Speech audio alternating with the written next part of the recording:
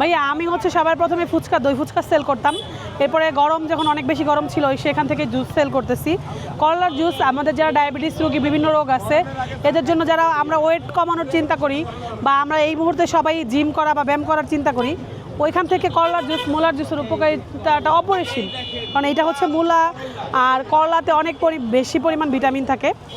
আপনি করলার জুস খাইলে হচ্ছে আপনার রেগুলার যদি এক গ্লাস করলার জুস খান আপনার অটোমেটিক ওজন কমবে।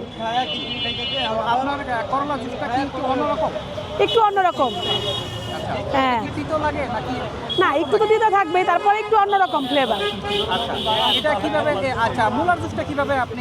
মোলার জুস তো চিন্তা করলাম ভাইয়া যে অন্যরকম একটা কিছু ট্রাই করি। জুস তো সবাই সেল করে, যেমন আমার এখানে মালটা, পেঁপে, আনারস, তরমুজ, আপনার লাচ্ছি, বিভিন্ন জুস থাকে সব সময়।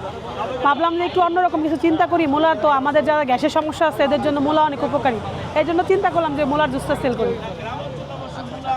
এই জুসের পাশাপাশি আর কি জুস আছে আপনার এখানে? আমার জুসের পাশাপাশি এখানে আছে হচ্ছে আপনার স্পেশাল বোম্বাই মরিচের লেটকা খিচুড়ি।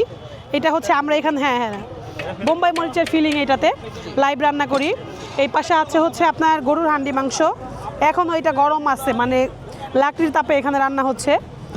আর এখানে আছে হচ্ছে মহিষের হান্ডি মাংস, আর আপনার পিছনে আছে হচ্ছে গরুর বট, আপনার চাপড়ি।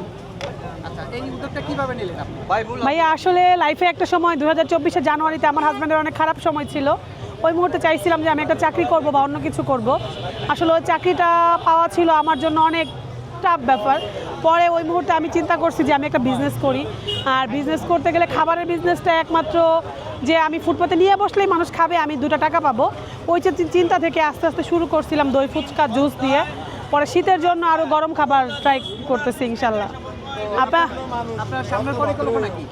ইনশাল্লাহ সামনের পরিকল্পনা আল্লাহ যদি ভালো দেয় 1-2 বছর করি ইনশাল্লাহ, যাতে আপনাদের 2 একটা রেস্টুরেন্ট করতে পারি।